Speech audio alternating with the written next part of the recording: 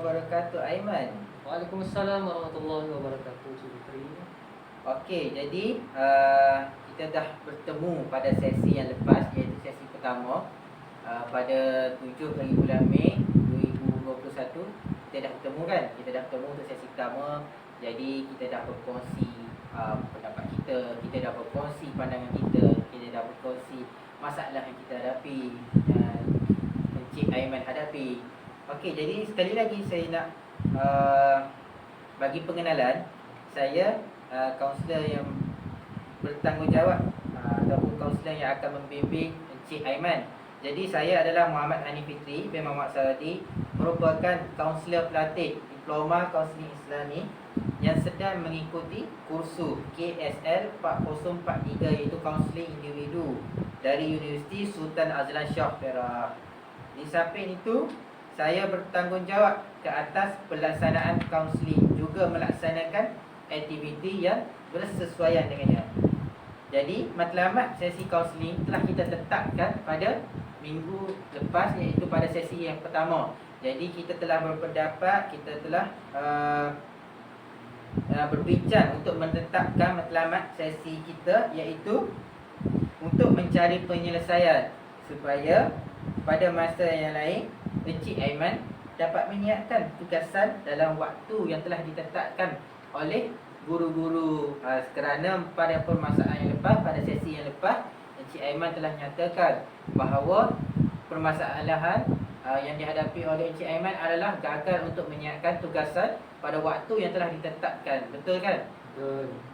Okey, jadi dalam sesi kaunseling individu ini, saya nak ingatkan sekali lagi, saya nak memberitahu ataupun makluman sekali lagi dalam sesi yang kedua ni, iaitu dalam sesi kaunseling individu ini, saya berperanan sebagai kaunselor kepada Encik Aiman dalam menangani isu dan masalah yang dihadapi dengan menghormati digniti diri, nilai dan keupayaan anda.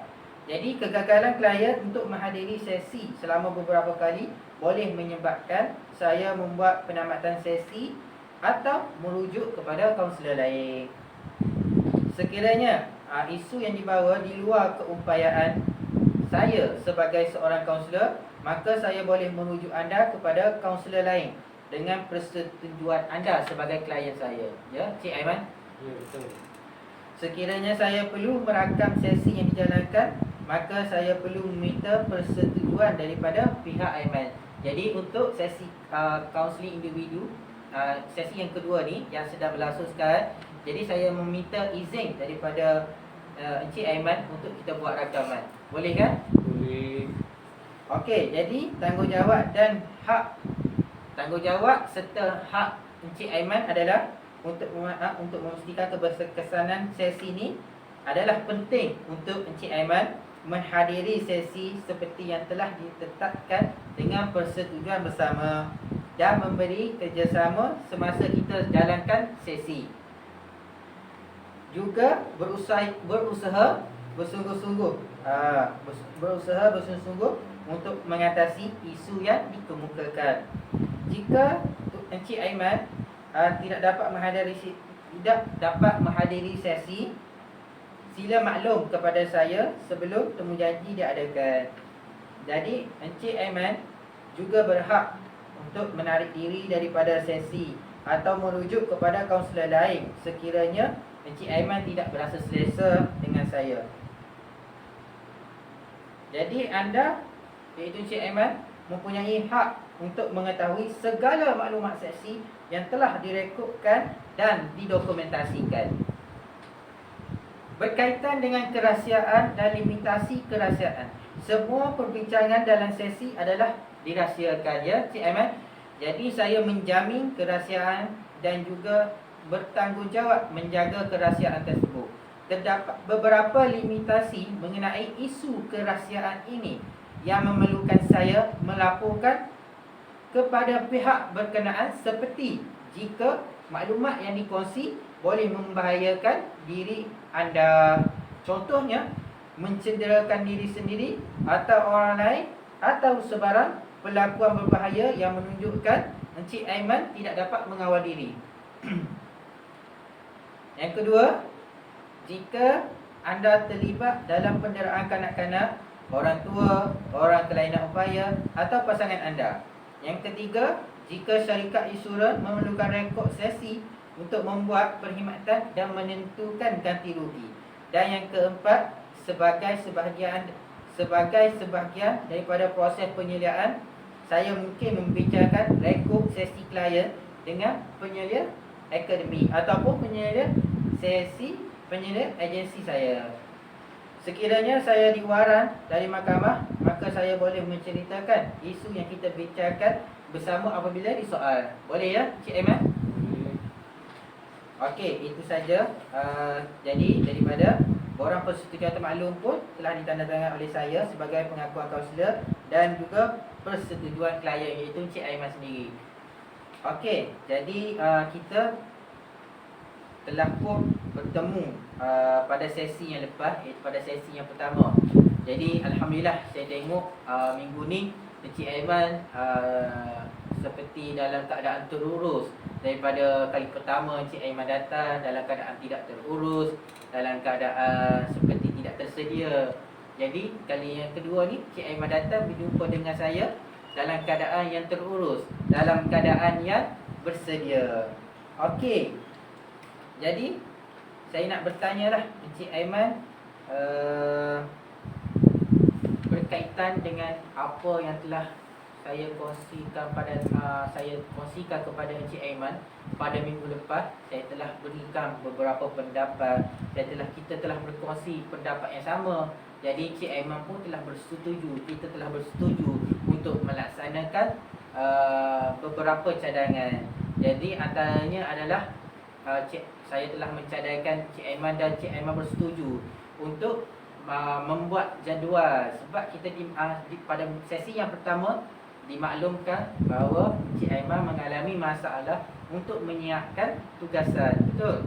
Jadi Cik Aiman mengalami masalah untuk menyiapkan tugasan pada waktu yang telah ditetapkan. Jadi boleh Cik Aiman kongsikan kepada saya pada minggu lepas sehinggalah berjumpa saya di sesi yang kedua yang sekarang ni. Boleh Cik Aiman kongsikan kepada saya bagaimana peratusan ataupun keberkesanan daripada cadangan-cadangan yang telah kita bersama-sama berpendapat pada sesi yang lepas. Pertama sekali alhamdulillah dengan apa segala yang dicakap, diberitahu oleh kaunselor Encik Fitri, semua dalam semua yang diberitahu, apa yang sudah dipraktikkan saya buat. Dalam jumlahnya peratusan sebanyak 30%. Saya harap dalam sesi yang sekarang ini insya-Allah lebih menambah baikkan diri saya supaya lebih terurus, dan dalam pembelajaran saya semakin tidak terabai, tidaklah terlalu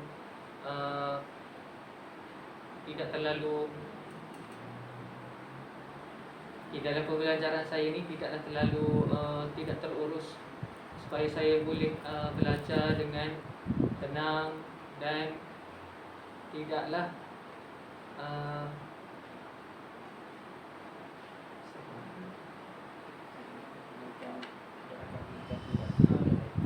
lepas tu tidak akan mengganggu waktu pembelajaran saya di rumah. Macam mana saya nak mengatur balik, macam mana praktikan yang Encik Fitri ajar kepada saya, insya-Allah dalam sesi ini. Okey, jadinya Cik Aiman telah nyatakan bahawa apa yang telah kita cadangkan pada minggu lepas, apa yang kita telah berpendapat pada minggu lepas, cara-cara kita nak atasi masalah yang dihadapi oleh Cik Aiman. Jadi Cik Aiman telah nyatakan bahawa cadangan yang telah kita buat tu dah capai 30% keberkesanan. Betul kan? Betul. Jadi dah sampai 30% keberkesanan. Jadi Encik Aiman nak jadikan keberkesanan tu 100% berkesan. Jadi insya-Allah minggu ni kita akan sekali lagi lakukan sesi kaunseling seperti yang telah kita rancang. Kita akan melakukan 3 sesi kaunseling individu. Jadi ini adalah sesi yang kedua.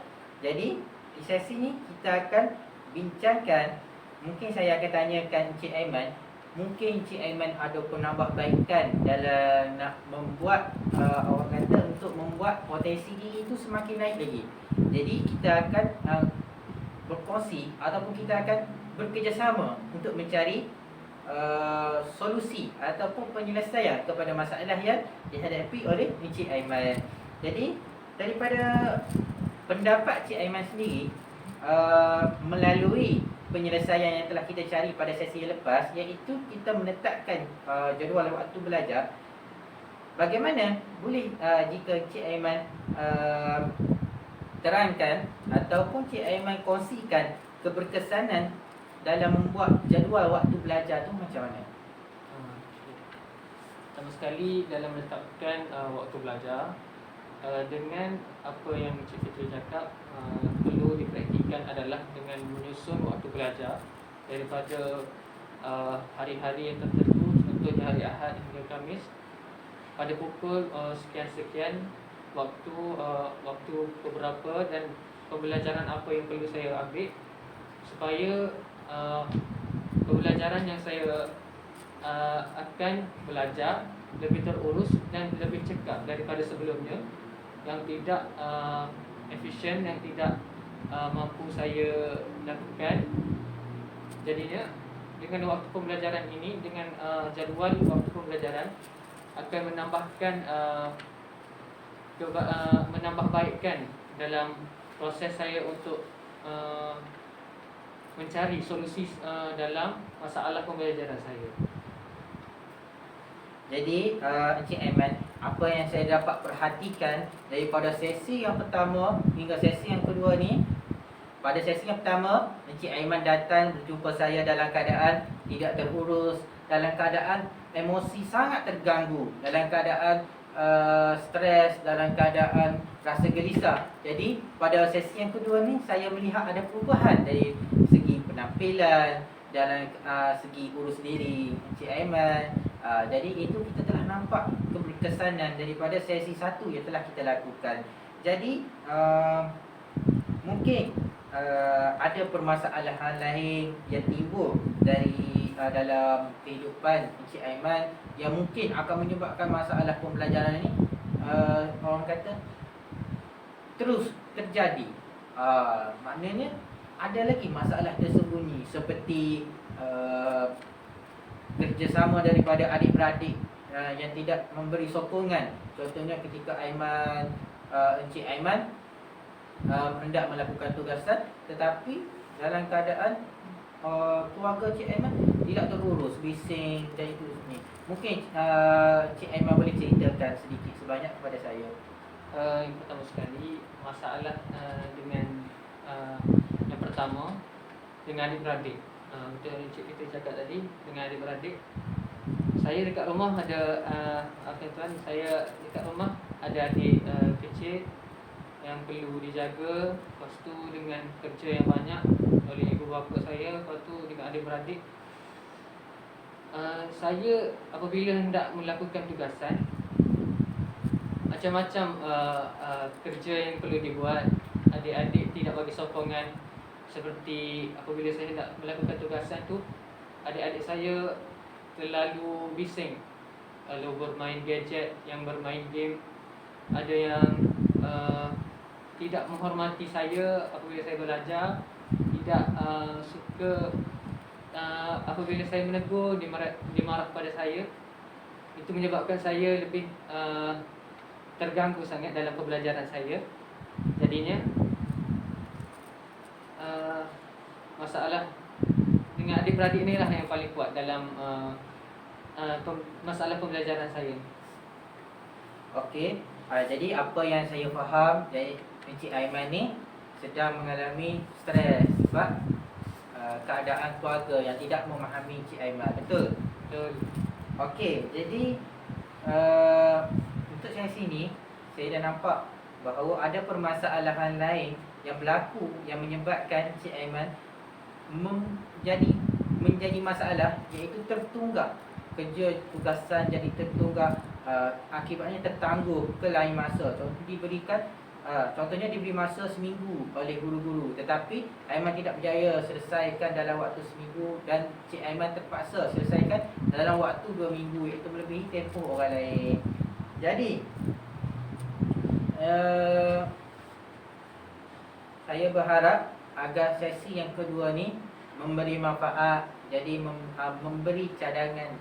Jadi saya mencadangkan agar Encik Aiman teruskan konsisten dalam membuat penjadualan waktu belajar Encik Aiman, dan juga selalu orang kata selalu berkomunikasi dengan ahli keluarga yang lain supaya mereka faham bahawa Encik Aiman sedang mengalami kesukaran dalam membuat tugasan. Jadi mungkin Cik Aiman boleh berjumpa dengan mereka, Cik Aiman boleh mengatakan kepada mereka bahawa Cik Aiman mempunyai tugasan yang banyak.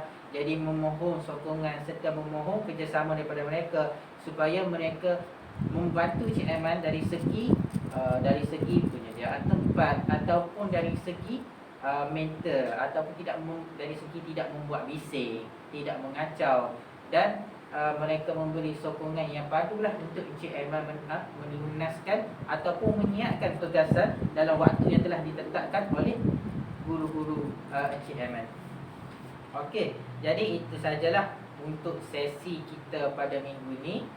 Jadi untuk sesi kita yang kali kedua ni, insya-Allah kita akan berjumpa lagi. Seperti yang Encik Aiman minta pada sesi yang pertama, kita akan mengadakan 3 sesi. 3 sesi, sesi yang pertama, sesi yang kedua dan sesi yang ketiga sebagai penamat. Jadi insya-Allah kita akan lakukan sekali lagi sesi yang ketiga, iaitu pada minggu yang seterusnya. Jadi saya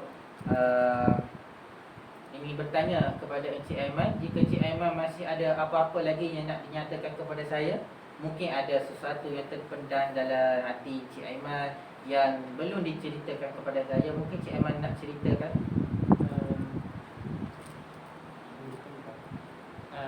Setakat ni tak ada lagi soalan tu.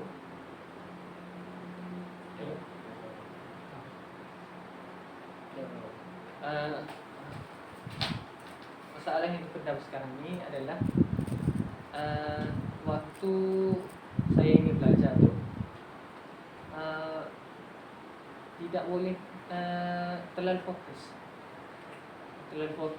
kerana masalah persekitaran, masalah dengan keluarga, masalah dengan kawan-kawan. Apabila saya tengah belajar, ada yang ajak pergi lepak lah, ada yang macam ahli keluarga suruh buat kerja tu lah, kerja ni lah. Sebab tu dalam masalah keluarga ni, masalah dalam pembelajaran ni, terlalu sukar untuk saya teruskan untuk konsisten dalam pembelajaran saya. Okey, jadi itu adalah apa yang isu-isu yang masih belum Cik Aiman ceritakan kepada saya.